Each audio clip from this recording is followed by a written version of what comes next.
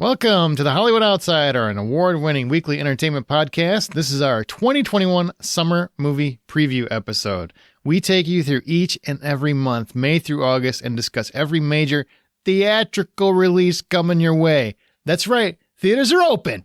And yes, some of them will end up on streaming as well in a shorter amount of time, but these are freaking going to the theaters, as well as some indies and some streaming originals to keep your eye out for. Get ready to make plans because it is now time for our 2021 summer movie preview. My name is Aaron Peterson. Joining me today are my fellow host, John Davenport. Hey, Aaron, how you doing tonight? I'm excited that I get to talk about things going to a movie theater and people might actually see them. That's incredible, isn't it? I feel like we've come a long way. Amanda Sink. Hello, sirs, males, misters. I don't know what you want to be called. I like to be called Aaron or Steve. I'll call you Ave. That's ridiculous. I go for Major General Galactic Enterprise Master. Wait, All I heard was master. Peter? Where's your mind? Where's yours, John? Usually in the gutter, but I'm usually okay with that. What is this title you want? What is it? Admiral what? Akbar? Yeah, that it changes on week to week, moment to moment. Okay. It was something Galactic Master. Major General Galactic Master of the universe. He added more to it. I did. I feel like we've lost more people than we've gained at this point. The entire summer schedule is available on this post for this particular episode at thehollywoodoutsider.com. So you can look at thehollywoodoutsider.com in case you want to go back and be like, what the hell is that movie? You can go back, find that list, and you'll see all of them listed. Dates are always subject to change. I feel like that's forever. Until I hear we're definitely not going to do that every time, I'm going to keep the dates are subject to change on the table. Do you guys feel confident now? Do you feel like we're being I don't know. Punked? Yeah, punk. There you go. Do you feel like we're being punked? Like we're going to get all excited and then all of a sudden, oh, guess what? Entire summer slate, 2022. Like it was just a giant typo from every single film company. Like Ashton Kutcher's just like, I'm bringing this show back. Huge. I do have a little bit of feeling in me, which I look at it and I go, yeah, I'll believe it when I actually can go to the theater to go see that. Yeah, that lines up. That checks out. Yep. It's like Santa Claus, but different. Oh, Santa's real. Okay. Movie releases are not. That's why I said it's different. Till you actually step in a theater and it's playing. It's crazy. This podcast is 10 years old this year. We've done a summer movie preview episode every single summer. It's actually one of the more popular episodes. Go figure. Last year, wasn't a big need for it, so we didn't do it. Because, yeah. I don't know if you guys heard, thing was going on. What was that? I don't say the word. I feel like if you say the word out loud, it jinxes everything. But everybody knows. It's like Candyman, but different. I was going to say, if you say it in the mirror 3 times, does it come back all over again? Yes. I think it does. It really does. It's like Candyman, Bloody Mary, COVID. You tell me which one's worse. All right. And there it is. We're moving on. So we're going from May 21st through Labor Day. I hope you guys are ready. I think the streaming one I want to mention at some point actually comes out May 14th. But all the theatrical titles, May 21st through Labor Day. That's our summer this year because we didn't have that normal, well, it's normal now, the new normal where it's May through Labor Day. Marvel's like, yeah, we'll wait because stuff's not open yet. But now stuff's opening up. So I'm feeling confident. So we're going to go week by week. You guys ready? And we will talk about them as we go. And the first one, I asked you if you were ready. I didn't care. You better be ready. So the first one that we're talking about actually was just streaming, but they booked 600 theaters for this puppy. So it's actually a theatrical event of sorts. Zack Snyder's Army of the Dead comes out May 21st. Dave Bautista leads a group of mercenaries on a dangerous mission to rob a Las Vegas casino during a zombie outbreak. It stars Dave Bautista and many other people, and is directed by Zack Snyder. And this is going to be on Netflix, yes, but it's also going to theater. So that's really the only big one of that date. Is this one everybody's excited about, or are we not allowed to like Zack Snyder anymore? I really don't know where we're at with the Snyderverse of the world. Well, I'm very much on the side of Zack Snyder can do wrong, but I'm still going to watch it and I'm still going to enjoy it. And I still think that he produces good, fun stuff to watch, especially for the summer. So I'm down for this. I'm really pumped for it. I think it looks awesome. And Aaron, I think you're the one who said it in our group when all the Snyder haters are like, he can't do anything but dark and gloomy. And here he is with like every color of the spectrum in neon and having fun with it. So what did I say? You said, well, I think you were the one who were like, haha, take that, haters. Everybody who said that. Okay. Maybe you didn't, and I'm just giving the credit to the wrong person. No, that seems like positive, so I'll take it. I'll soak that in. That's mine. I own it. You're right. No, it's true, because they constantly, it's dark and dreary, you can't do anything. Like, man, this is bright, sunny, it's Vegas, and they're really... And people still die. Yeah, and then people still Clearly. die. Highly intelligent zombies, whatever they are, because they, even at one point in the trailer, if you watch it, say, they're not what you think they are. And I'm like, because they're kind of evolved zombies of some sort. Yeah, that's pretty interesting. I like the idea of him going back to the zombie world, but, changing it again like he did the first time. Yeah, and if you didn't know, he directed Dawn of the Dead, which was fantastic. That's one of the best zombie movies, probably the last. Heck yeah. All time. Probably all time. All right, well, going on to May 28th, Cruella is releasing, and that one will also be Disney Plus Premium. So just be mindful of that. Disney reimagines the 101 Dalmatians villain with the help of Emma Stone, who plays the titular aspiring fashion designer whose life takes a criminal turn. And then she gets obsessed with Dalmatians at some point. Also stars Emma Thompson, Paul Walter Hauser, and it was directed by Craig Gillespie. And then A Quiet Place Part 2. The sequel to the 2018 horror hit follows up with the Abbott family as they seek shelter from the film's sound-sensitive monsters and encounter fellow survivors like Cillian Murphy. And it was directed by John Krasinski again. I'm sure he'll pop in because they kind of show you the beginning to how this all started, but then they flash forward to after the events of the first film. Which, if you didn't know, he died. Just letting you know. Wow, what a spoiler. First of all, 2 years old. 3 years old. I have to admit, so when A Quiet Place, the first one, came out in 2018, that was like my most anticipated of the year. I was so excited. I loved it. I did love it, but I felt like that was all I needed. So I'm really not, I'll see it, but I'm like stomping my feet going to the theater to see it. Whereas I'm also pissed at Disney Plus. I want to see that while you're actually like walking in the theater going, no, give me the popcorn. No. I have a fun fact about Cruella. The filming was actually delayed because Emma Stone dislocated her shoulder at a Spice Girls concert in London when she fell off of her friend's shoulders in 2019. Get out of here. And yeah, I feel that. Like, she is my spirit animal. Have you ever seen Graham Norton where she's on there and because she is a huge Spice Girls fan. I learned that from Graham Norton. And he's like, have you ever met them? And she's like, no. And then he basically built up that they were there, but they weren't. It's amazing. That's so mean. So amazing. Find the clip on YouTube or Facebook or whatever, but it is amazing. Oh my gosh. And she's That's like, because so she freaks out like fans do. It's just like, are they here? What? Are you joking? What is happening? And it's just like this continually amping up. And then he's just like, no, they're not here. Wow. No wonder she dislocated her shoulder. She was probably trying to get up to the front to meet them. And somebody just popped her off their shoulder real quick. Girl, get off me. Who gets I'm injured? going to blame the mosh pit, really, at the Spice Girls concert. At the Spice Girls concert? Yeah, I'll tell you what I want, what I really want. Ow! Ow! Ow! I love it. Of these two, I'm actually more interested in A Quiet Place 2 because I really love the first one. I do agree that I was okay with the ending of the first ones and not having to continue it, but at the same time, I'm very happy to see what happens to the rest of the family as this goes on. Cruella is one of those things where I'm a little annoyed by it because I'm like, well, this is just like them saying, let's do Harley Quinn, but with Cruella. And I don't know. I can't stop connecting those two dots, even though it's unfair to one of the movies. I can't figure out which one it's unfair to.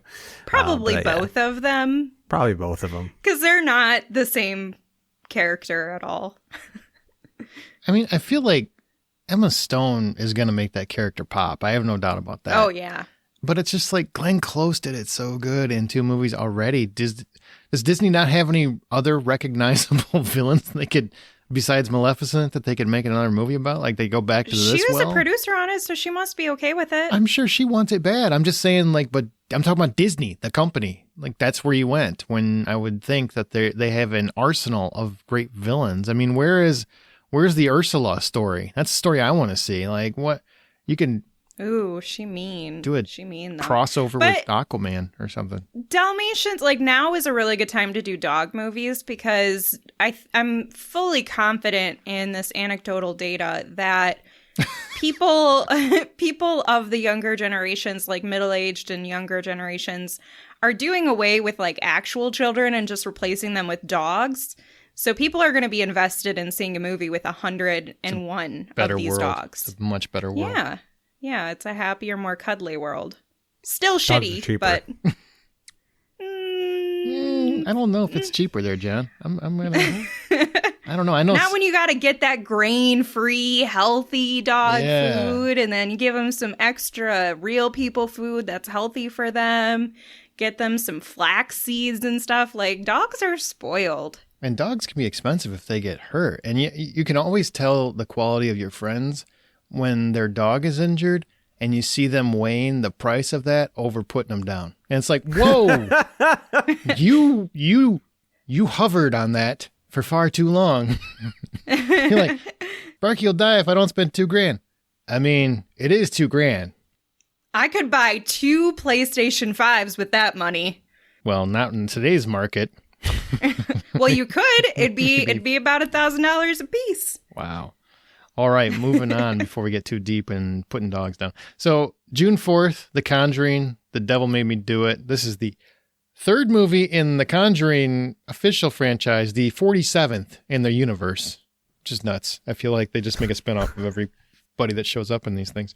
But the 3rd chapter in the original Conjuring franchise finds paranormal investigators Ed and Lorraine Warren, Patrick Wilson, and Vera Farmiga looking into a criminal who claims he was possessed by the devil. Shades of Amityville, correct? Yep. And also Vivo, Lin-Manuel Miranda lends his voice to and provides the songs for the Sony animation film about a musical kinkajou in Cuba, which helps deliver a message to his human partner's old flame. Yeah, of these 2 movies, again, I'm going to go with the darker of the 2, and it's the Conjuring. I saw the trailer for this, and it looks really great. I need to get past my distaste for the Warrens because, you know, you got Ed who took advantage of the fact that his wife is probably a little bit mentally unstable and created a whole bunch of stories around it and probably bilked a bunch of people out of money. But you know what? At least this is interesting stuff to see on screen. And if they do it right, it could be awesome. As long as it's got Ed and Lorraine in the story, I think it's going to be a good time. Now, and by the way, you're speaking of the actual people, not the movie people. Right, I'm talking about the actual people. Yeah. See, I don't care what they did. The movies are fun. I didn't know that because I didn't care. Exactly. Movies are fun. Scared. Don't care what they did in real life. Those do a good job of creeping me out a little bit. All your heroes are evil. Just ask Joss Whedon fans. Don't remind us. way to twist that knife. I'm still traumatized. Thank you very much. So The Conjuring, I'm going to see it. I like the Conjuring movies. They're good. They, like I said, they're a little creepy sometimes. Vivo, I would say I'm more interested in seeing that just because of Lin-Manuel Miranda. That's probably the only reason that I'll watch that. But it does sound sweet when you read the description. It's so sweet. Sure. It does. Yeah. But I don't want no sweet Coco, that but... weekend. I want to get terrified. And those movies work really well. Like The official universe ones work great. I haven't been scared in any of the spinoffs. The Nun, Annabelle 47, and whatever. All these craps. The La La La whatever. Just all these craps. No, none of them. Not a single one. So now June 11th. Actually, Amanda and I got to go to a screening of one of them. So we'll talk about. Yeah, we did. Hold on. We'll talk about that one in a second. Okay. So the first one up is In the Heights, which, speaking of Lin-Manuel Miranda, it's hit Broadway musical about the people who live in the New York City neighborhood of Washington Heights, who also get that big screen treatment thanks to Crazy Rich Asians director John M. Chu. There's Anthony Ramos and Jimmy Smits, and Lin-Manuel Miranda is also in the film. Now, Amanda, you saw it? I saw it. What did you think of the film? Now, we'll do a proper review, like a full-on review, closer to the movie's release date, but it doesn't do any good to get you excited for a movie that isn't coming out for a month. So what did you think overall? Bless you, AMC, Lin-Manuel Miranda, and John Chu, to give us that opportunity to early screen. That movie was so fantastic. I love it. I can't wait to see it again. My husband and I are going to take his abuela to see it, and so I'm really excited about that. And fun fact, Olga Moredes, I don't know if that's how you say her name right, but she reprises her Tony-nominated role from the musical as Abuela Claudia. Aww. So she's the same one who was in the musical. So I thought that was really special. She was fantastic. A lot of Brooklyn Nine-Nine references, like people, like actors. Yeah, weird. I think they're just Hispanic actors that were in the movie. I don't really think it has anything to do with Brooklyn Nine-Nine. There's a lot of Brooklyn Nine-Nine connections. I was reading some trivia on it. Like, there's a lot of Brooklyn Nine-Nine connections. Easy killer. Boom. Even Nina's dad was Santiago's dad in Brooklyn Nine-Nine. So it's not even just Stephanie Beatriz who is in it. Okay. Again, I think it's just Hispanic actors. I don't think there's like John M. Chu. There's a lot of connections, man. Hang on. John M. Chu is like, man, I got to cast this movie. Holy crap. What if I just jumped to Brooklyn Nine-Nine and just started pulling people off? What if I did that? I think that could work. That's not what happened. Anyway, I've said this in the show before. My wife's Hispanic. She was humming the whole time. She was so excited that her familia was represented on screen, because a lot of times she doesn't get that. And I thought that was really fun to watch through her eyes. I invited her to come on and talk about it, and she said no.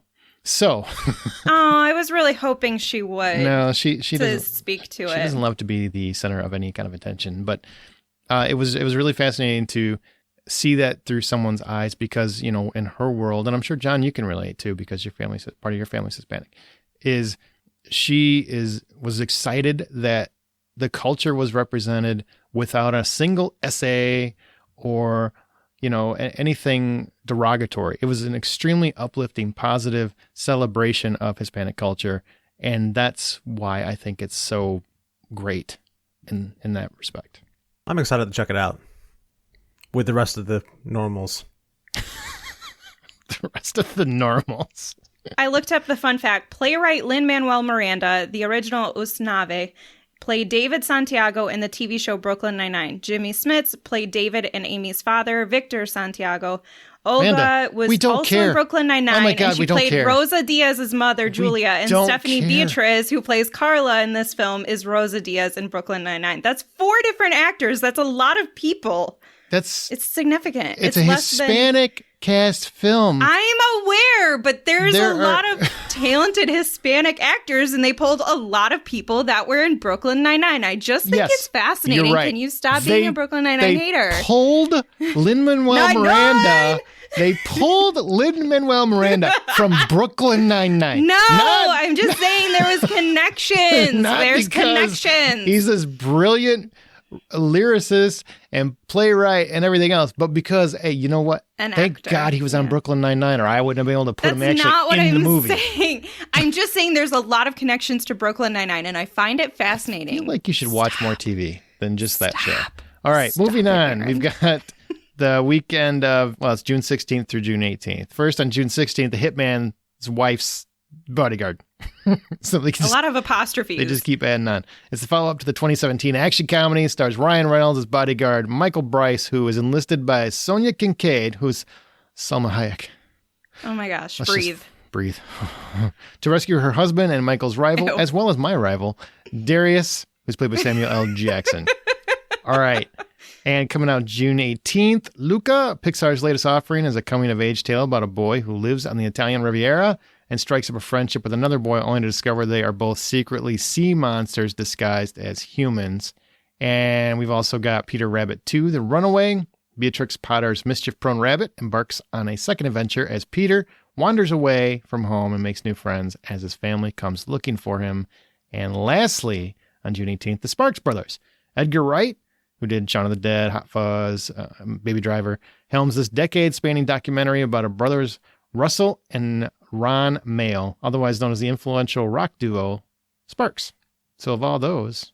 Yeah, this is a pretty heavy-hitting weekend here, and of these, I'm most excited about the Hitman's Wife's Bodyguard, and because the first one was something I just kind of watched and was, and I didn't really expect much out of it, but I remember being just so happy and just laughing the entire time, and I can't wait for this trio to do that to us again.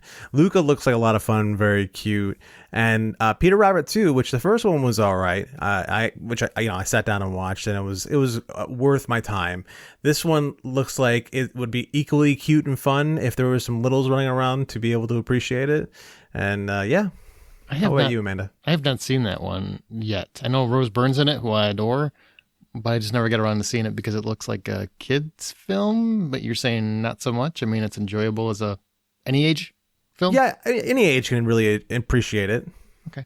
I think I'm going to pass on that one. I do like James Corden as like a host. I don't like his acting personality because it doesn't feel like there's any acting to it. It just feels like, I don't know, there's just too much real life transfer. Did you see that shade? It's an animated rabbit, though. Yeah, I don't know. I'm gonna see Hitman's Wife's Bodyguard. I really don't like the way that they phrased this title though, because it messes me up. Luca does look cute, and it has Jacob Tremblay and Maya Rudolph, so like it's gonna be great, and Jim Gaffigan, and he's fantastic. And the Sparks Brother was one of those that was at Sundance or South by, Aaron. One of those two. Probably both. Probably it was definitely both. at South by. I know it was at South by. Yeah, and there was a lot of good talk around that one, so I for sure want to check that out. I do not, because... Oh, you don't? No. You're not a documentary person. Really. I like some documentaries, but it has to be a subject that really gets my juices flowing, and the influential rock duo, the Sparks, is not one that gets it going. So I don't even think I ever heard about Fair enough. Drives me out. So I would go back to The Hitman's Wife's Bodyguard, mostly because you just made Selma Hayek part of the title, and I love Selma Hayek. So I don't really care about anything outside of that. I will see it. I didn't All it takes is being able to look at her. I adore her. It's a lot. It's personality. It's a lot of things, not just what she looks like. But her voice, it's got to be everything, right? I literally just said everything. Her toes? Yes, love her toes. Love her toes. All 10 of them. If she lost one, I'd love all 9 of them. I just love her toes. But I was looking at the new Marvel trailer that came out that said, look at all we've done and look what's coming. And Eternals really cute. Didn't give a rat's ass about that movie. I saw Salma Hayek and I'm like, I want to see that now. So it's like magic. Works every time. Or like Sex Panther. 60% of the time, works every time. All right. Oh my gosh. Moving on to June 25th. Yeah. F9, Fast 9, Furious 9. I don't give a shit what you call it. The 9th movie in this storied franchise stars Dom Toretto, that's Vin Diesel, and his family as they are back for another action-packed blockbuster as Dom faces off against his brother John Cena. He tried to leave in the past. He tried to leave him in the past so much, we never heard about him at all. In 8 previous movies. And we don't care. Oh, that's funny. Justin Lin, the director who really kind of jacked up the Fast franchise with Fast 5, returns. He also did Fast 4 and Fast 6, but he returns. He left the franchise for 7 and 8. Now he's back for 9, 10, and I believe it'll be 11 because 10 is going to be a 2-parter, which really just means 2 more movies. Anyway, June 30th, Zola is coming out. It's based on a notoriously stranger than fiction series of viral tweets. Zola follows a Detroit waitress who road trips to Florida with a stripper acquaintance and ends up spending the craziest 2 days of her life with her, starring Taylor Page, Riley Coe, Coleman Domingo, and Nicholas Braun, and that's June 30th. So that's what we've got for those two. I'm curious. I'm spitballing. I'm guessing. Fast 9 for you guys? Hell yeah. Well, yeah, of course. But Zola looks interesting too. Mm-hmm. But not Fast 9 interesting. No, not Fast 9 interesting. I mean, you can't really get better than Fast 9 interesting, even with 2 strippers. And Florida, because Florida is where all the crazy shit happens. Right. And people apparently are. No offense, John. I watched the trailer for Zola, and I can basically tell you that it's essentially Florida the movie. Well, now I'm a little more interested than I was before. That's for right, sure. right. Florida the movie. The one thing that bothers me is all the people telling me that it's become the popular thing to hate, because Fast and Furious was for a long time that series where even your hater friends would get on board with, man, that's fun. That series is ridiculous, but it's fun. But I feel like it's turned the corner because it's been so long since the last one, to where now it's cool. It's hip to hate it. You know what I mean? And that part's a little sad, because I'm never going to be ashamed of watching this movie. I will watch it. I don't care if they end up going to Mars. I don't care if they pilot a shuttle with Elon Musk in the back. I don't care. I will watch it, because these movies are always fun. Elon Musk will be, I am the first guy with Asperger's to drive a car this fast and furious. I have no idea if that was offensive, but I hope it was for your sake, so the emails will come directly to you. That's fine. Bring it. He was okay on Saturday Night Live. Did you see that episode? He wasn't awful. Wasn't great, but he wasn't awful. I didn't see it. I heard people were giving him a hard time for saying that, because Dan Aykroyd is the first person on Saturday Night Live to have Asperger's. I did not know that little fact. Yep. Wow. Yeah. Wow. Why? Well, made some history. He probably did. No, he didn't make any history. Dan Aykroyd made the history, apparently, if that's true. Wow. Goodness gracious. Anyway, back to Fast 9. Looks wonderful. Although I did, what was a funny anecdote I just read? Michelle Rodriguez, because they're already, getting out there and plugging that movie away.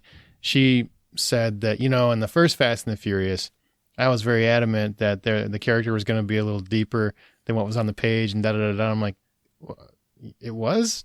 I mean... Right? Like, what did you really expect? Yeah, and I'm like, did you see the movie that you're talking about? Because I don't think you had that. No shade to my girl or anything, but, let's be real. It's like, have you seen any movie you've ever been in or TV show? You're basically I was hoping all you the wouldn't time. do that. No. You're literally the same character. It's true, though. It's like a Statham movie. I mean, you just know what you're going to get, which is fine. Right. I like it. Beautiful, hot, badass. Yeah. Yeah. But character depth and richness of character development, let's slow down a little bit. That's not what we hire you for. We hire you for the same thing we hire Samuel L. Jackson for. Be you. Right. I love when they ask Samuel L. Jackson what kind of actor he is, and he's just like, I'm just me. I just show up and read the lines. I love it.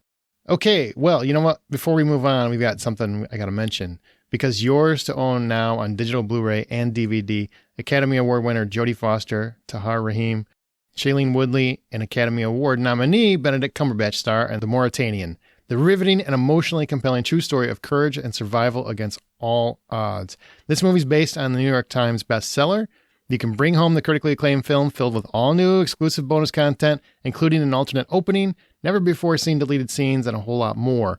You can own The Mauritanian now on digital, Blu-ray, and DVD. And I will tell you, we talked about this film a couple months ago. I don't remember when it was, but love it. It was a great movie. It's really harrowing. It's really hard to watch in many respects, mostly because it's a movie that makes you look inward in terms of our country and our policies and how we handle certain things. So it's a very intense film that you definitely don't want to miss. I mean, Jodie Foster never picks a loser. You know what I mean? She knows how to bring it every single time. And if you live in the U.S. and you want to win a physical copy of The Mauritanian, we are giving away 5 physical copies. If you live in the U.S., you have to live in the U.S. so we can ship it to you.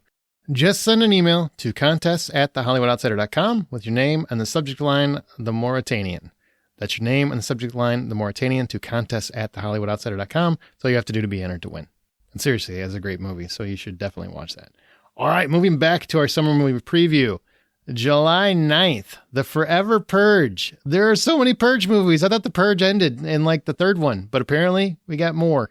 So, set after 2016's Purge election year, in which the Purge was officially abolished, this next chapter in the franchise follows a Mexican couple who become stranded on a ranch and besieged by strangers who just missed the good old days. Black Widow. Scarlett Johansson reprises her role as the Avengers super spy in this prequel film that takes place directly after the events of Captain America Civil War and finds Natasha grappling with her past as a double agent. Stars Scarlett Johansson, obviously. David Harbour, Florence Pugh, and man, that one's had a long, rough ride to get to theaters. And also Disney Premium Plus. So if you want to pay $30, you can stay at home, but you don't want to stay at home for that movie. All right. No, you want to go to the theater to see this one. That's and right. I am excited to go see Black Widow. I'm a little over the Purge series, so I'm not going to do that one. I like the Purge movies. I'm still going to see it. I like them. I'm a little more resistant to Black Widow, but just because I feel like it's unnecessary. Like I haven't the story itself doesn't draw me in, but the trailer looked cool. So I'm still going to see it, of course, and it's probably going to be incredibly popular because people miss their Marvel movies, but yeah, I just don't know that it was needed or necessary for a prequel. I feel like if I was Scarlett Johansson, I'd be a little pissed that my movie doesn't come out until after I die in the whole thing. Right? Like, I just don't understand it. It's like, so I'm not going to factor into all the other stuff that's going to happen unless maybe they can figure out a way for Captain America to, while he's doing through the time, he finds a way to bring her back because it doesn't really mess with the time thing that much. Now that everything's all solved, maybe you could do that, but I don't think that's going to happen. I think this is possibly a one and done unless you're going to do like 3 movies where they're all behind Endgame. That would be weird. Well, this could be a handoff movie, too. They'll bring Florence as the new Black Widow kind of thing. Yeah. I mean, I get it. I don't know. If I was her, I'd be a little irritated, but it is what it is. The only thing I would say is, do you guys feel like, this is an honest question, do you feel like it detracts from the impact of her death in Endgame? Because that was one of the few deaths in all of the Marvel movies that felt real. You mean because her character's not coming back?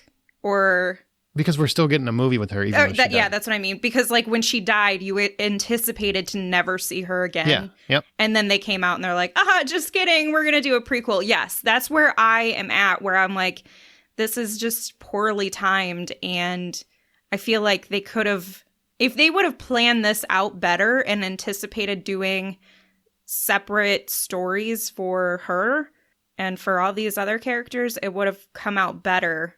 So I get your point. I don't think so. I feel like this is a good way to give her the chance to shine in a movie that she has to carry versus her being a supporting character to somebody else and us never really seeing but hints of how much of a badass she is. Letting her have full-fledged badassery throughout an entire movie is something that she deserves at this point. All right. Well, we'll find out soon. Coming out July 16th, Escape Room 2. Although we don't know exactly what the premise is yet, we know that Taylor Russell and Logan Miller will return to reprise their roles and continue the story from the Saw-inspired 2019 horror thriller of Escape Room. So that's happening. Roadrunner, a film about Anthony Bourdain. Oscar-winning documentarian Morgan Neville sets his sights on another beloved pop culture icon, Anthony Bourdain, in this profile of the late celebrity's chef's incredible life. Space Jam, A New Legacy. A full 25 years after the original Space Jam, LeBron James puts a new spin on the story. This time, Bron is transported to a digital world, and he must team up with the Looney Tunes to defeat an evil AI's goon squad in hopes of, saving the world or something like that. But again, game of basketball. It's going to decide the fate of the world. So of those three, any of them really get your fancy going? John? For me, Escape Room 2, I really liked the first one, which was something that I didn't think I was going to like, but I sat down and I watched it, and it was surprisingly fun and interesting. So I really want to see where the rest of the story goes for Escape Room 2. I never saw Escape Room. What? You love the Saw movies. It's kind of weird that you wouldn't, because they really is similar. I think I kind of just like forgot about it because I was like, wait, there was a first one? It happens if you saw the first one, you'd forget about it too. Oh my. Okay, so it's not even worth my time. No, it's Great. enjoyable. It's just not really memorable. I appreciate that they're doing something for Anthony Bourdain because when he passed away, I remember seeing how many people were significantly impacted by what he did for them as a celebrity and an explorer. And his life did seem fulfilled in many ways, but of course, I imagine that they're going to go into the mental illness portion of it too, because that was such a pivotal piece to his life. Space Jam, not Spice Jam. That would be a different movie. I would much rather want to see that. I actually saw the trailer. Spice Girls with Looney Tunes? Are you kidding me? Oh my God, I would 100% watch that. That is the movie they should have made, and they missed a freaking opportunity.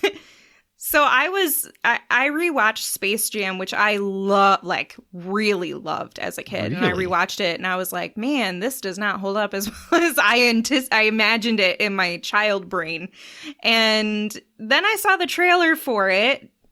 And I am here to say that it does look good. Like, it looks entertaining. Yeah. I do want to see it. And I think it's also funny that Justin Lin actually left this movie so he could direct F9 and Fast and the Furious 10 and 11. He's like, nah, my time can be spent better here. Well, I mean, they got Malcolm D. Lee, who is a good director in his own right. So, I mean, it'll be solid, I'm sure. The animation looks kids. Cool. I will say LeBron James is no Michael Jordan, and I don't mean just in basketball. I mean in acting. He's not as good a presence, I don't think. But we'll see. He didn't want it. Jordan didn't want it. I'm sure, because this is a new legacy. It's different. Yeah. Well, he specifically chose or stated that he wanted LeBron to be the person to carry the second one. Wonder how much that cost him. You got to wear my Air Jordans in that movie. All right, I'll do it. All right. And I want LeBron James to carry the mantle of the Space Jam franchise. Yeah, I can see that. All right, July 23rd. M. Night Shyamalan returns with a family on vacation who discover that a secluded beach where they're relaxing is mysteriously causing them to age rapidly and old. It seems pretty straightforward, but he loves his twists, so you just never really know. My only concern is Rufus Sewell's in this, and when right? You know what I'm saying. He shows up, and it's like, makes things bad. Snake Eyes is also coming out, and it is not a remake of the beloved Nick Cage movie. It's actually the spin-off of the G.I. Joe universe, and it's an origin story for the mute ninja commando known as Snake Eyes, with Crazy Rich Asians breakout star Henry Golding in the title role. Hotel Transylvania, Transformania. I love that title. Oh my God. Adam Sandler won't be returning to voice Dracula, which is weird, but everyone else... What? Yeah, but everyone else is back in the final chapter of the series, which will see the focus shift more to Dracula's daughter Mavis, Selena Gomez, and her human husband Johnny Andy Samberg. What? I'm invested. But I'm sad about Adam Sandler. Where did he go? I'm sure he had a lot to do with his Netflix contract. I actually think it's interesting that underneath that you have it saying it stars Adam Sandler. I know. Snake Eyes I'm interested in because Henry Golding. I like him. I think he is really just like a fun, entertaining presence on screen. Really? So I'll see that. Yeah, I like him a lot. I'm really hesitant on M. Night, his new film. I mean, of course I've got to see them. I'm going to watch it. He's disappointed me in some really deep, traumatic ways in the past. So I just always come in with a little bit of hesitation. Yeah, but he's back on an upswing. Yeah, which means how long until the downswing happens? Wow. You never know when it's going to come. Jesus. Wow, I'd hate to be an addict around you. Yeah, right? Yeah, I'm 3 years going. Well, it's only a matter of time, I guess, huh? Yeah. Before you're snorting coke off of somebody's ass. Wow, that's very specific, John. John's got his weekend mapped out. Yeah, I gotta make it through somehow. I'm more excited about Old than I am anything else this weekend. Snake Eyes and G.I. Joe, talk about things that have let you down. G.I. Joe's let me down one too many times, and I will have to wait for some buzz before I make a decision on that. And Hotel Transylvania, the first two movies are very cute and they're a lot of fun. I don't know if I need Adam Sandler in it or not, but yeah, my pick is Old. I guess it's an unpopular opinion, but I don't think Henry Golding is that great of an actor. He's eye candy, delightful. Crazy Rich Asians, I just found him kind of boring. I liked Last Christmas, but not because of him. So I haven't really been that enraptured with his performances. And Snake Eyes is a really cool character. So I'm hoping he'll prove me wrong. And I'm just like, well, maybe I just missed it. You know, I mean, maybe it's because those movies had so much other stuff going on. Maybe that's why. If ever there's a character where he's gotta deliver, it's Snake Eyes, because there's not a lot of dialogue. So it's all physicality, which will probably make him better, because that's his delivery of his dialogue is usually where I get a little, Right. You're going to play a mute. Oh, I get my Oscar with this one. Yeah, G.I. Joe. Ouch. A G.I. Joe mute's going to get you that Oscar. Well, you know what? They're desperate for ratings. It could happen. Wouldn't that be fantastic? Like, and the winner is Scarlett Johansson for Black Widow. All right. On July 30th, The Green Knight, which the trailer recently just dropped this week, man, looks crazy creative. Writer-director David Lowery, who did The Old Man and the Gun, brings us a haunting vision of the 14th century poem Sir Gawain and the Green Knight, with Dev Patel and a medieval fantasy adventure splashed with a touch of horror. Jungle Cruise. Disney unleashes its next theme park ride-inspired movie, starring Emily Blunt as a scientist who hires Dwayne "The Rock" Johnson's riverboat captain to take her down to the Amazon in search of the mythical Tree of Life.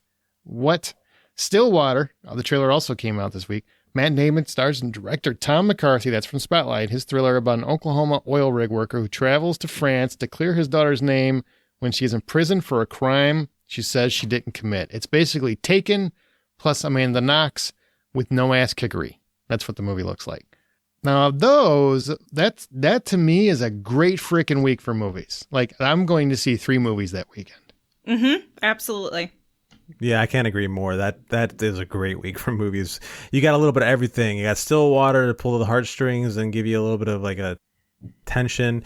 You've got Green Knight that'll play with your fantasies, and then you got Jungle Cruise, which will probably just be a party on the screen. I am most excited for The Green Knight. I have been excited for that movie. I can't wait to see that movie. I will see Jungle Cruise, but if there's one I have to watch, like the first night of the movie releases, it's going to be The Green Knight. And Stillwater sounds interesting. I always like those thrillers about, more reality-based horrors, if that makes sense. Mm-hmm. I always feel like those are really interesting, but The Green Knight, just the casting and the story, and like you said, the trailer, like it is 100% on my top list for the year. People often say they want original, creative endeavors, and they want to see something that isn't just another blockbuster, blah, blah, blah, blah, blah. Well, that movie looks like what you're looking for. It's an A24 film. David Lowery's a good director. You've got a great cast. You got Alicia Vikander, Joel Edgerton's in it. I mean, you got Dev Patel, all those people. And seriously, if you watch the trailer, it's just, there's so many cool elements to it. It's not just fantasy. It's not just any one thing. It looks like a lot is happening that is interesting. I hope it doesn't suck. Where Jungle Cruise looks like your run-of-the-mill blockbuster Disney. Look, I'm sure it'll be fun because of the cast, but it doesn't look like anything special. Stillwater looks interesting. I really like Tom McCarthy. I loved Spotlight, so I'm pretty interested to see what Matt Damon does. And he's got like a whole kind of, I don't know, Midwestern vibe going on. So like regular blue collar. Very, very blue collar. I mean, he's an oil rig worker from Oklahoma. Yeah. And does not fit in France, is what I'm saying. Right. All right, August 6th, James Gunn returns. 2 movies to helm this soft reboot of the famously panned 2016 DC movie, The Suicide Squad, with folks like John Cena and Idris Elba joining the group of criminals who are sent to take out a Nazi-era prison in South America. And obviously, Margot Robbie returns. Viola Davis returns. Joel Kinnaman sadly returns. And Oh. it's worth noting that James Gunn has gone on the record several times as saying, don't get too attached to anybody. And that makes me wonder if somebody we already love might die. Just think about it. I don't want to think about it. Yeah, I prefer not to think about it. But I that most recent trailer for this movie that came out got me so excited, and the way they're playing with the characters looks like it's going to be great, and I can't wait to see what James Gunn puts together in DC. Yeah, it looks fun. You know what I think is kind of annoying is they always point out, oh, this famously panned DC movie. Critics hated it. Cool. It made a fortune. It was one of the more popular DC movies. It's made, I mean, almost as much as Batman vs. Superman. It was a huge hit. And whether you critically didn't like it or you're one of the fans who didn't like it, many people enjoyed that movie. So they are fans of the original one. So I'm glad that they're not just ignoring the original movie because they think critics didn't like it or whatever. I mean, critics didn't like it. There's definitely some issues with it, but it was also fun in a lot of spots. So there's a lot of fun to be had there. And now I think you're in a better director's hands. This could be fantastic. Yeah, totally agree with that. Can't wait. Just don't kill Margot Robbie, man, because I want to see more Harley Quinn, and she's probably my favorite character in the DCEU right now. And Birds of Prey was way better than I thought it was going to be, or honestly had any right to be. All right, August 13th, Free Guy finally comes out like a year and a half later. What if a non-player character, that's an NPC, kids, in a video game suddenly became self-aware? That's the idea behind Free Guy. It's an action comedy starring Ryan Reynolds as Guy, the NPC in question, who decides to take his destiny in his own hands. And Jodie Comer's also in this, which already guarantees my ticket because Killing Eve is awesome. Don't Breathe 2 also comes out August 13th. Stephen Lang reprises the role of the turf-defending blind man. The sequel is set in the years following the initial deadly home invasion, where Norman Nordstrom, didn't even know he had a name, lives in quiet solace until his past sins catch up to him. And lastly, Respect. You know, I believe you say RESPECT, because this is Aretha Franklin's biopic, courtesy of Jennifer Hudson, who stars as the legendary singer in her youth alongside Forrest Whitaker, Marlon Wayans, and Marc Maron. All right. That's, again, 3 films that all look really great in their own right. Yeah, this looks like a really great weekend. I am really excited for all of them, honestly. I mean, Free Guy has such an incredible concept. Like, it just sounds really fun. And when you put Ryan Reynolds and Jodie Comer in it, I just don't know how anybody can pass that up. Don't Breathe 2, I think I speak for all of us when I say that we were pleasantly surprised by the first one. And although I don't know that I thought about a second one, really, I'm still gonna watch it because that first one was great. And Jennifer Hudson, I can't wait to see her portrayal. Yeah, Don't Breathe 2 is one of these movies that surprises me because this, kind of like how Amanda was very much like, I don't know if I need another Quiet Place 2. This is one where I'm like, I don't know if I need to find out more about Stephen Lang and how his past can catch up to him. But at the same time, I'm interested. You know, the first one was surprising and it was a lot of fun and kind of tense, and so I want to see if they can pull that off again.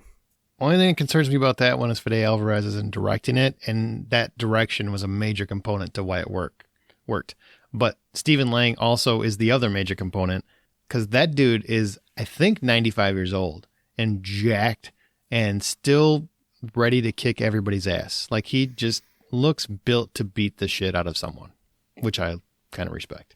Right. But Free Guy's the one. I mean, Free Guy just is that movie that I think we've all been looking forward to for a long time. I love Ryan Reynolds.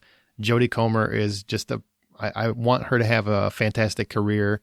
I mean, I'll definitely see Respect because Aretha Franklin is one of the best singers of all time. So I want to see that story. Mm-hmm. But it's just like first come, first serve. It's got to be Free Guy for me.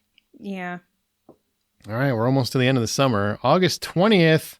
Whew. Well, there's a trailer that came out today for a movie called The Protege that wasn't even on the list. So I'm going to mention that one real quick. That pick follows Anna as Maggie Q and Rembrandt, who's Michael Keaton, 2 of the world's premier assassins who share a mysterious past from Vietnam. For years, they traverse the globe, competing for high-profile targets. And when Anna's mentor, Moody, Samuel L. Jackson, is murdered, she and Rembrandt must form an uneasy alliance and return to Vietnam to track down the killer. So, and it's from the producers of John Wick. Maggie Q she's a really cool action star. She was in La Femme Nikita, the CW show, and she also was in Live Free or Die Hard. So she's an ass kicker. I can't wait to see what And she was in Designated Survivor and She that was. Fantasy Mission Island Impossible. movie. Yep, she was. And it just keeps going and going and going.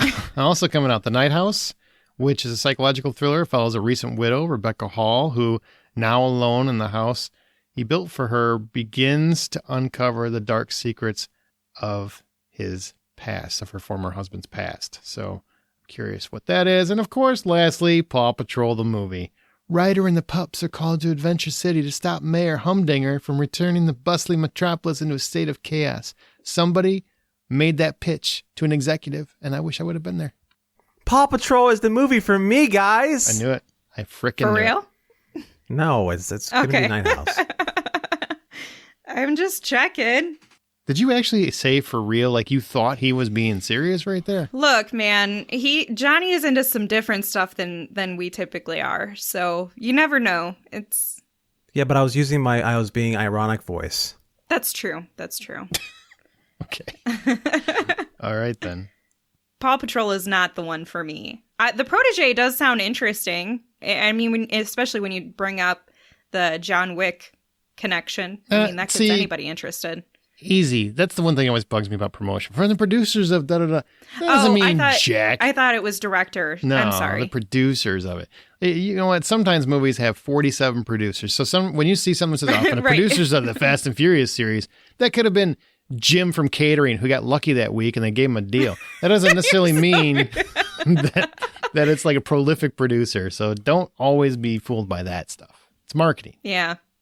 And The Night House does look and sound interesting. Rebecca Hall is incredibly talented. So hopefully that one is not a letdown, because some psychological thrillers just fall into the cliches and are very count by the numbers sort of thing. And so I really hope that is the psychological thriller that grabs me for the year, because I love those. Those are my favorite.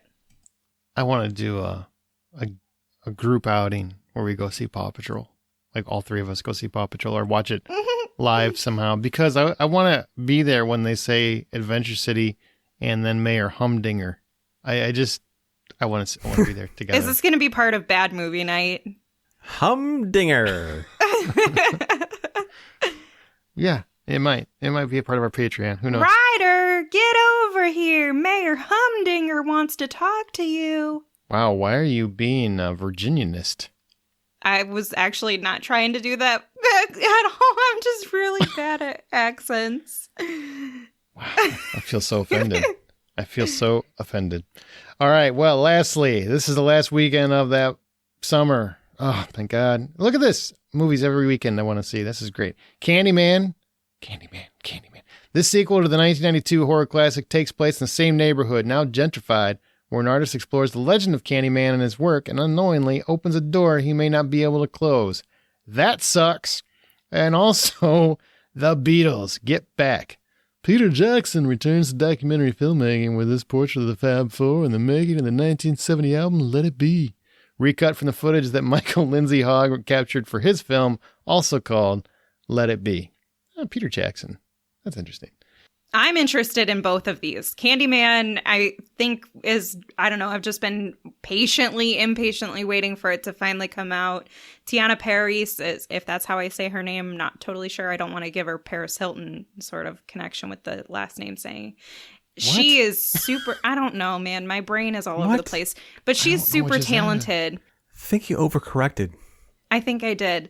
And I just can't wait to see that movie. The Beatles, I love the Beatles, and Peter Jackson doing a documentary about the Beatles just sounds like a really great time. And I'm all on board for that. Well, I can leave the Beatles behind me, no problem. I'm not worried about that one at all. But Candyman, I am super excited about. I love that this summer has so many great horrors coming out of it. Well, horror movies. Let's be careful because, after last summer, we don't. I don't want more horrors. I just want more horror movies. I don't want any more horrors in my life. I just want horror movies. That's funny. I am I like the only person? Well, apparently I'm not, because John seems to be on board too. But can we just let the Beatles go now? No! Seriously, like, great music. I think they're one of the best bands of all time. No. But I don't need more stuff. Like, We're I'm not over letting it be. Mm-mm. Oh my God, that happened. That just happened. Okay. I well, actually was go wearing my now. Beatles shirt yesterday. I should have saved it for today. I feel like people buy Beatles shirts and hats and stuff, and they don't really know the Beatles that much. They're just doing Well, then ironically they're at this just point. sad. What's your favorite Sad Beatles song? people. And you can't say "Let It Be." Oh, well, that one is my favorite song. of What's your theirs. second favorite Beatles song? They're all so great. No, they are. I do listen to them a lot. I don't know. Come back to me. I'm not going back. You already blew it. You proved my point. Thank you. You've No. totally screwed this, because I can sit there and go like, I love Neil Diamond, and I can at least name 5 Neil Diamond songs. And we've given her too much time, and Google is her friend. So now we're going to wrap this all up. What are you most looking forward to of all of those summer films? Like, what are you really, now we've gone through all of them, and man, we went through all of them. I'm actually kind of impressed we went through all of them, but what are you most excited to see this summer? I've got a lot. Spiral, Cruella, Army of the Dead, Fast 9, The Green Knight, The Suicide Squad, Free Guy, Candyman, In the Heights. I did see that in the theater already. Those are all ones that are like must see in the theater for me. Okay, but if you had to pick one movie where you're like, looking back at it going, that is the one. If I only got to see one movie this summer because I lose all my limbs and I can't leave the house because of a tragic accident, which one is it going to be? In the Heights. I mean, I already saw it, so I already know how I was already very, very excited for it, but it surpassed all of my expectations. Like, agree. I've been listening to Pretty the great. soundtrack nonstop. Like, I don't even like most musicals, and that was pretty great. It's the way that he composes them, and it's not just like they're randomly breaking into song. They integrate the dialogue story. as part of it. Yeah. It's really just fascinating, and he has such a very distinct style of music that he uses. Obviously, he has a collaboration with hip hop music, but there's specific cues in the song where you're like, this must be a Lin-Manuel Miranda. And the choreography was fantastic. It was just so fun, and it made me smile a lot. Anthony Ramos is exceptionally charismatic. Oh, my God. I remember that love from him. watching Hamilton, and I always go, man, that guy is great. Like, that guy is Yeah. great. He's got such a small role in that stage musical, sorry, whatever the hell you call it. And then you see this, and it's like, this guy needs to be a star. Like, he is infectious, charismatic, and his body moves with its own musicality. And I love that. I just love that. Yeah. He is a beautiful actor Good pick. and singer. John, what's your most looking forward to? For me, it's Suicide Squad. Out of everything in here, I can't wait for Suicide Squad. They're gonna do some crazy stuff in that movie. They're pulling out things that I would have just like told you there's no way they're gonna use these things in it, and they're absolutely going for it. So yeah, it's Suicide Squad. Okay, people. Well, I'm going to let you know that it's going to be generic, predictable, all Fast those 9. things. It's Fast 9. It's Fast 9. And it's not just because I think this is going to be great cinematic achievement. No, it's dumb. It's stupid. All of it is stupid. And guess what, Michelle Rodriguez? You're going to be the same character you were in all the other ones, except the ones where you were dead. So I will say this. It's also the movie that I'm most looking forward to being in a theater because I know all my friends will freaking go. And it's one where I know I can go with like 10 people and we're all going to be feeling the same way when we walk in, jazzed and jacked and excited, and the same way walking out, revving our cars, trying not to get a ticket, flying out of the parking lot. That's that movie. And that to me screams summer. And after a whole freaking year without that feeling, really, without that feeling for a whole year, because I don't give a shit what you think. Nothing on streaming has compared to the excitement of going to a movie with a bunch of your friends to see something like that. And that gets me pumped for summer movies. That movie, knowing that movie's coming out, gets me excited for summer movies. Woo! But how do you really feel? That's how I feel. Man. I got to hear one more time. We were so excited to see this one thing in the streaming channel. Oh, shut up. You and Grandma watched the movie. That's cool. That doesn't compare. That doesn't compare to Fast 9. Are you kidding me? It's going to be so exciting. Suicide Squad will be pretty great, too. Sorry. Are you okay? I think I need a minute. All right. What else Take is your there to minute. talk about? Oh, yeah. What about any independent films or streaming originals we should keep an eye on? Anything that caught you guys' eye there? One that fits in the timeline, which is June 25th on Hulu, you have False Positive. This is Ileana Glazer from Broad City has taken a page out of Jordan Peele's book, and she's actually trying to make her mark on creating a socially conscious horror that he kind of popularized with Get Out. It's directed by John Lee and centers around a couple undergoing fertility treatments at the hands of a sinisterly handsome doctor, Pierce Brosnan. After getting pregnant, they realize that the dream isn't the perfect as it seems, and it's produced by A24 producers and with Tribeca premiere, and this thing looks like it's going to be awesome. One that doesn't fit in the timeline, which is May 14th. I'm only bringing it up because Aaron hinted at the fact that he was going to bring it up, bring one up from May 14th, and I think I know which one that one is. But this one is Those Who Wish Me Dead. This stars Angelina Jolie. It's coming out on both HBO Max and in the theater. A teenage murder witness finds himself pursued by twin assassins in the Montana wilderness with a survival expert tasked to protect him. And Angelina Jolie is a survival expert, and there's a fire going on. It looks pretty great. So not like that Howie Long movie. Right. Yeah, I look forward to that one. That looks pretty good. Amanda, what about you? Well, I've got a few. I assume you're probably going to want to talk about The Woman in the Window, right? Maybe. Okay. I just want to Hang on, make sure it's covered. Let me do my best Robert Downey Jr. Maybe. Okay, as long as you got it covered. Another one is Seance.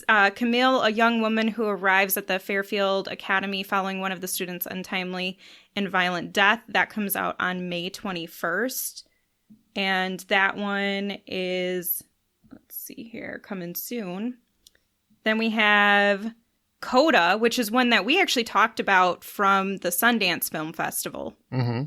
One we really wanted to see, but we just couldn't see it. It's coming August 13th to theaters and streaming on Apple TV+. As a Coda, child of deaf adults, Ruby is the only hearing person in her deaf family. When the family's fishing business is threatened, Ruby finds herself torn between pursuing her love of music and her fear of abandoning her parents. Heard amazing things about it, so I'm really looking forward to seeing that finally. And then Reminiscence comes out August 20th. A scientist discovers a way to relive your past and uses the technology to search for his long-lost love. Oh. That one has Hugh Jackman. I thought that might get you a little bit more ecstatic. And Rebecca Ferguson. Nah. Oh, I'm in. I'm in. Okay. And all right. Tandy Newton. Now it's her name just changed, and I don't want to get that wrong. Isn't that how you still say it, though? I thought it was just the spelling that changed. I hope so, because otherwise it's going to change every podcast. It has done a on What's W, Wrong. so it's THANDIWE. So I apologize if I misspoke it, but that's how you spell it now. I'm hoping it's Tandy. So I've got Good on Paper, which comes out June 23rd. If you've seen Isla Schlesinger's Comedy Club act, you know she's got like this great presence, and I find her very, very funny. She wrote a project and she stars in it. It's about a stand-up who thinks she's found a soulmate who's too good to be true and very well may not be very good for her at all. And it sounds really tailor-made for her. It's an indie non-rom-com is how she's describing it, but I'm a fan of hers. And if you don't know who Ilsa Schlesinger is, if you saw, what was it, the Mark Wahlberg movie, Spencer for Hire or Spencer Confidential, she's the crazy girlfriend. I read this story because she has posted it on her social media a few times over the years, and supposedly it's a true story, and it is nuts. I can't wait. Coming out on Netflix, Fatherhood. I'm really excited for this. Comes out June 18th, and it's Kevin Hart. After his wife passes away shortly after childbirth, the widower must raise his baby daughter on his own. He doesn't know the first thing about being a dad, but he knows he'll love this little girl as much as humanly possible. And when the state threatens to separate them years later, he'll fight tooth and nail to keep the two of them together. And this is directed by Paul Weitz, who did About a Boy, which is a movie that I freaking love. If you've never seen that, that is a gem. Go find it. The trailer, I think, is a little bit of a surprise for people that are Kevin Hart fans because it's much more the dramatic Kevin Hart than the comedic Kevin Hart. It's really, he's playing a role. And it's, I mean, you know, it's a fatherhood movie. It'll get me. I'm a sucker. It seems cute. It does. And one of my most anticipated movies of the whole year is The Woman in the Window. It's been my most anticipated movie for about 4 years now, I think, because I just feel like they've been talking about it, talking about it. It's supposed to come out last year. It's based on a book. I love the book. So now I'm finally going to be able to see the movie on Netflix, which actually comes out May 14th. So the week of this podcast. You might have already seen it by the time you hear this podcast. But a lonely agoraphobic, who's played by Amy Adams, bonds with her neighbor, Julianne Moore, from across the way. Then one night, she looks out her window and sees her new friend arguing with her husband, who's played by Gary Oldman. Quicker than you can say, yes, I've seen Rear Window, our hero witnesses a murder. But when the cops show up, her neighbor is alive and a completely different woman. So the primary mystery is what's going on, and also, is it in her head? Now, when you hear the description, you probably think, well, it's just another Rear Window. It's not. There's a lot more going on with this. If they stick to the book, I should always preface that. If they stick to the book, there's a lot more going on with the story than what it sounds like. And if you've got a cast that includes Gary Oldman and Amy Adams, I think there's going to be a lot to love. The only thing that concerns me is, you know, it was delayed, then they sold it to Netflix, but I also think it's a mid-range dramatic thriller. So they knew with the box office the way it was, this is the best way to make their money back. But it's a great story, so please check it out. What's one specific thing about this summer's films that stood out for you, Amanda? Aside from the fact that theaters are obviously making their comeback, I think that's one of the biggest things. But I'm also noticing that the trend of straight to streaming, or, you know, those ignoring the window sort of thing, that's all a thing of 2020. That is not going to continue into this year. There may be some that go into streaming and for the premium services, but also into the theater. But there's been a huge, huge support for theater comeback. Even when we went to In the Heights, they had like a thing before the movie about their support for movie theaters. And I thought that was beautiful. And we're seeing that with Fast 9 and all of these other movies that are coming out with specific messages to go back to your theater and see this movie safely and enjoy it. And I think that's just really beautiful that we have all of that support for movie theaters. So yeah, they're returning. They're back. The only downside is we're all going to lose those safety seats all around us. So now we'll be sitting. Oh my God! Not Those for a things are while. so We'll great. still have it for a little while. June. Most places are opening up full capacity in June. Oh, really? Oh, man, I really liked having that. I was like, I don't have anybody in front of me, anybody behind me, anybody diagonal from me. What about you, John? What's one specific thing about the summer's films?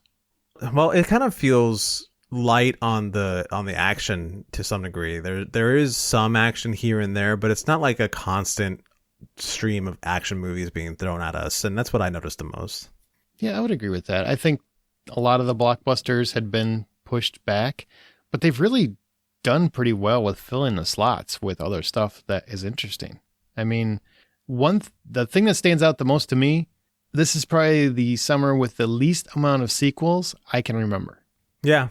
I mean, there's still a couple. There's still a few in there. That's a great point. Yeah. I mean, because, you know, so many of them moved, so they put other films in their place. So we've got a lot of original movies taking up the weekends. And there's not a single weekend where there wasn't something coming out that I wanted to see. I mean, you just heard all the titles. There's not a single one where there's not something I wanted to see. And I'm sure that goes for most of you listening.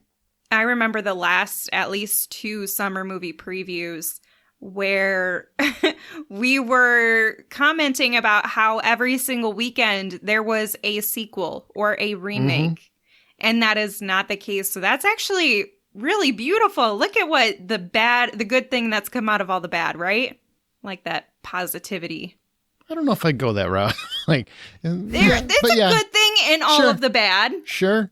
It's a small good thing. We can take our wins when we very rarely see them. And we're still getting some blockbusters. I mean, for people that really want the blockbusters. But see, I'm somebody, I love thrillers. I love horror movies. I want a mix when I go to a theater in the summer. And this feels like a mix. Like there's a lot of everything you want to see. And you know what? Suicide Squad's going to be on HBO Max. Yeah, like they committed to doing that day and date through the year. I don't know how that's going to fare with the theaters if they start actually seeing old box office numbers, because I got a feeling you're going to get some pushback as they go, but they might just let it slide for this year. But even Warner Brothers said we definitely will not be doing that for 2022. So, I think it was your point, Amanda. I mean, they definitely want the theater dollars because there is more money there. Like they make more money in the theater. If the movie's a hit, they make a lot more money in the theater than they would on streaming. That's really what it's all about, money. In case you didn't know. All right, so what's your overall verdict of this summer's releases? Great, good enough, or ugly enough to make you play sports outside instead, John? I actually feel great about this summer. It's the first time in a while that I felt good about a summer, and I think that what it is that, like what you mentioned, there's a spread of a little bit of everything every single weekend, and it's enough to keep me interested and keep me from getting bored with one thing that's too much, Mm-hmm, absolutely. I'm keeping my A-list subscription. So that says something, right? Because Sure. That means I'm going to dedicate at least seeing, 3 movies a month, if not more, to make the most of my subscription. So I think it's great. I'm really excited for it. There's plenty of movies. A lot of them we mentioned having multiple, if not all of them for the weekend that we were excited about. So that's awesome news to me. Yeah, I think it's great. Also because it's a summer movie preview and I didn't have one last year, so yay! Jack! So at least we have movies. Seriously, if they made a butter-flavored vaccine, I would take that. You know what I'm saying? Like just inject the butter in my veins. Like I am so ready for popcorn. That sounds like a heart attack ready to happen. I am ready. At my age, it's probably dangerous, but you know what? I'm going to live dangerous. I'm going to live a quarter mile at a time. Well, I was going to say life 1/4 of a mile at a time. Got to do it. All right. Prediction for the biggest hit and flop of the summer. So your biggest hit. What's your prediction? Just Amanda, John, me, of your biggest hit. My prediction for biggest hit is Fast 9. Okay. John? Biggest hit, Suicide Squad. I'm going with Black Widow. So there you go. Everybody. I thought about that too. Too late. Mark your whatevers. Biggest flop. What's your bet for the biggest flop? Amanda? I'm gonna have to go with, because that's gonna be based on how much money they've put into the film and the low return, right? So not just a movie that didn't have a lot in there. I think I'm gonna go with Jungle Cruise. John? I'm going to go with Escape Room 2, just because, like you mentioned, the first one was kind of forgettable, though I still say it's a great movie. I don't know if anyone's going to go for this because of like a name recognition or anything. Okay, I'm going with Jungle Cruise as well. That was my pick too. I just think there's a lot of money in that one, and I don't think they're going to recoup it. Whenever you get The Rock and Emily Blunt, that's some heavy prices you're putting out. Yeah, those two aren't free. Yeah. All right. So a listener top 10 most anticipated. So we took a listener poll, and this is our listeners' top 10 most anticipated movies of the summer. Number 10, In the Heights. You're not going to be disappointed. Number 9, Luca. Not the boy that lives upstairs. Number 8, Cruella. Number 7, Spiral. That's a little higher than I thought, honestly. Yeah. Number 6, Fast 9. What? I expected that to be higher. Maybe that should be my biggest flop. All right. So that you never know. That is a little scary, honestly. Number 5, Army of the Dead. A lot of people are really jacked for that one. Number 4, Quiet Place 2. Number 3, Suicide Squad. Number 2, Free Guy. And number 1 is Black Widow. See, this poll is the reason why I initially put Black Widow down as the biggest hit, because it significantly outbeat the others that I really just, from historical data, thought that Fast 9 would outshine all of them, but it doesn't seem to. You already committed, so we're just going to move on I know, from I'm that. just saying. Yeah. It feels like you're trying to back out of the corner that you're in with Fast 9. No, I'm sticking with Fast 9. I'm just saying this, I questioned, like, I can even send you my format. I put Black Widow first. I feel like because I really thought you could probably type that in by the time you got here. So yeah, I mean that. I'm just saying, if there was a truck in the nearby vicinity, you would hear the beep, beep, beep, beep. You're so mean. No. She's gonna send it to you with like Black Widow with a line through it saying, "Oh, I didn't like, you know." No, it was a forward. What is the little dash thing? In crayon. In crayon. Yep, in crayon. I'm All not right. 3. We got to move on already. Let's go. Let's go to High Road. That comes out on May 14th on Video on Demand. And that follows Simon Baker as Travis.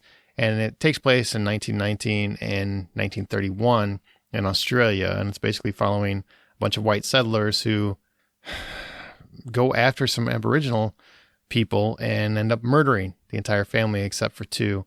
And one of them is raised through a missionary settlement, as well as one is still in the wild, and basically puts together a posse that goes after the white settlers 12 years later. And then Simon Baker has to come back and try to bring one of them to justice in order to stave off a war, a full-blown war.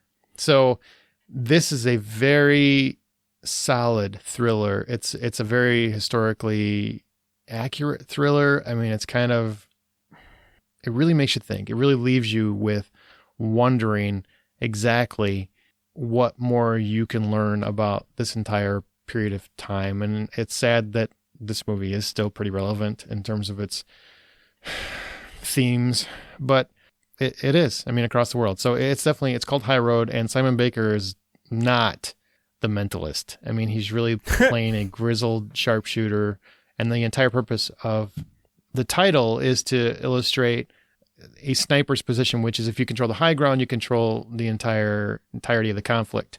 And that's kind of how he approaches life. And as he begins to work with the young man that was raised by the missionary settlement, he kind of comes to understand and appreciate their plight a little bit more than he probably did some years earlier. So it's a really good film.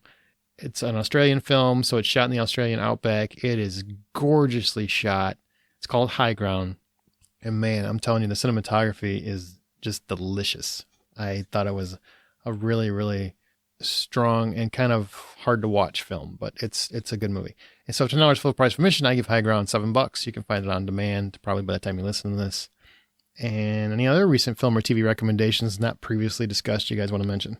Yeah, so North Hollywood is a film that comes out on May 14th to streaming, and this is another one of those that speaks to me because of the skateboarding and the coming of age tale. But it follows Michael, who is played by Ryder McLaughlin, and he's trying to figure out essentially what he wants to do with his life after he graduates. He's got these great group of friends, but they're not really trying to advance their life, and his goal is to become a pro skater. His dad really doesn't want it, played by Vince Vaughn, and he's trying to push his son into, you just gotta work, you gotta work. What your dreams have to be something that is, he has a very blue-collar mindset, and so let's not go out into the extremes of and thinking about what we could do. Let's think about what we can do right now. And so he's really struggling to find himself and figure out how he's going to pursue his dreams while also trying to manage these friendships and the changing course of that as he meets pro skaters and begins to skate with them and finds a little bit of a love interest in Miranda Cosgrove's character.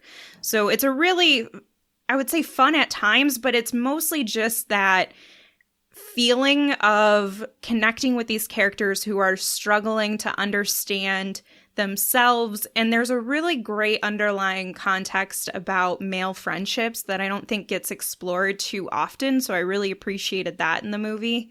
Bro, No, hammer, just Brostein. when sometimes you make other choices over your friendships and you're trying to evaluate what you want and what's a priority to you, sometimes that doesn't come across with full transparency and honesty, which can damage a relationship. And so when you're thinking about your dreams and your future, sometimes people get so invested in that they forget about the people around them. So it has a lot of context around that, and I thought that was really beautiful to touch on. And Vince Vaughn, he's great. For me, Netflix has a true crime doc. It's only an hour and 30 minutes. It's called Why Did You Kill Me? And it's very well done true crime doc for Netflix, and it's just an interesting story about this family who tried to help the police find out who killed one of the daughters in this family, and it's the way they recreate everything is very fun and interesting to watch, and the story is just so crazy that it will blow your mind. I watched that on your recommendation, and it is crazy, but I also... So part of how they recreate it is recreating MySpace messages. And I had to laugh super hard because there was a lot of like emoji usage. And I'm like, emojis weren't a thing in MySpace. Like that. Yes, it was. And there's this girl who's like talking about her MySpace like website knowledge in terms of like, you know how we all used to set it up and we had our top 8s, but you could HTML integrate things, and she's like, oh yeah, I knew all that, and I'm like, girl, you just learned HTML like the rest of us.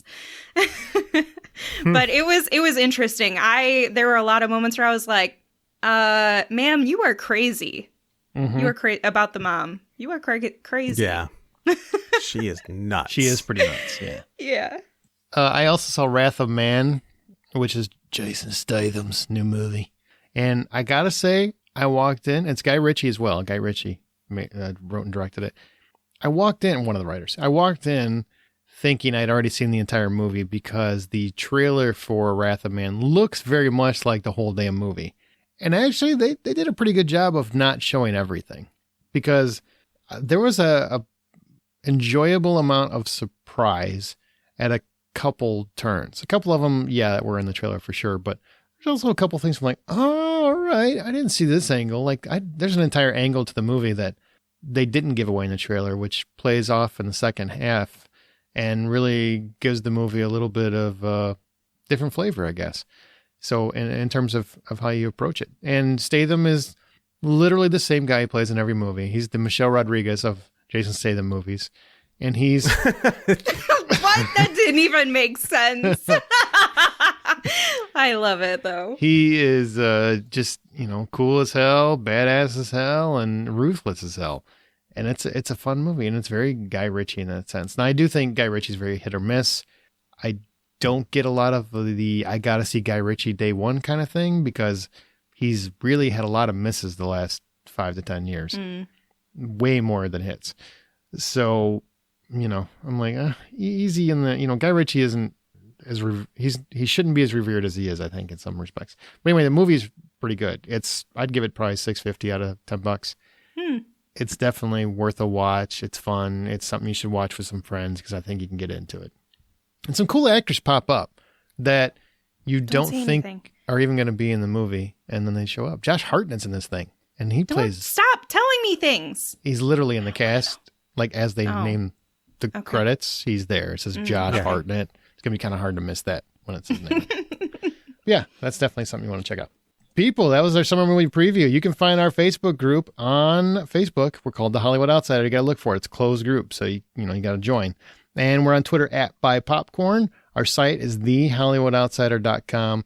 Remember that contest. Contest at thehollywoodoutsider.com. You want to win a copy of The Mauritanian, which is a great movie. I'm not kidding. Subscribe via Spotify or whatever your preferred podcast app is. You can find John's artwork on Insta and everywhere else at RJohnDraws, Amanda on Veronica's Marshmallows and Smirk, me and my other podcast, The Blacklist Exposed, and Presenting Hitchcock. Guys, that's it. Thank you guys for being here. It was fun. I'm glad we sat down and did this. And now I'm just too excited and anticipating watching all of these movies, but I still have to wait months for some of them. So thanks for that. I am so excited. I've been talking about for a year and a half. There are people listening that probably stopped listening to the show because they're sick of hearing about going to the theater. But now it is officially safe. And in all that time, guess what? Not one contact tracing showed that there was any proof that it was connected to a movie theater. So I'm just saying, a lot of movies you could have seen at theater. But now you can, and you can feel a lot better about it. If you don't feel good about it, go get a vaccination. If you don't want a vaccination, just go to the movie theater. I don't care. Just go to the theater is all I'm asking. And remember the next time you head to one, buy popcorn.